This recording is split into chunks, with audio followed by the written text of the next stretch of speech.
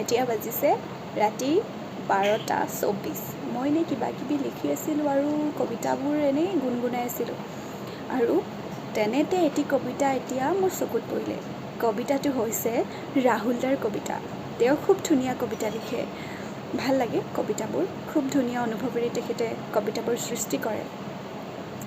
আজি ভাবিছোঁ তেওঁৰ এটি কবিতা আপোনালোককো শুনাওঁ।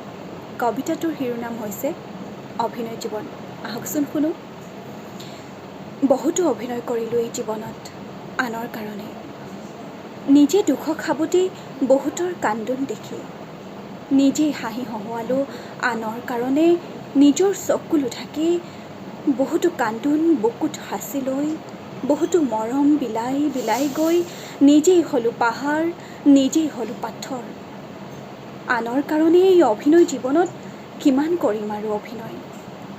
হাঁহিবলৈ মন যায় মোৰো তোমাৰ দৰে, কিন্তু মই হাঁহিব পৰা নাই সেই মানুহবোৰৰ বাবে, সেই দোষী মানুহবোৰৰ বাবে।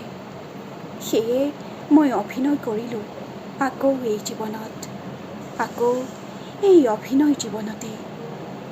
কি সুন্দৰ অনুভৱ তেখেতে লিখিছে ন, অভিনয় জীৱন। শুনিয়ে ভাল লাগিছে নহয়নে?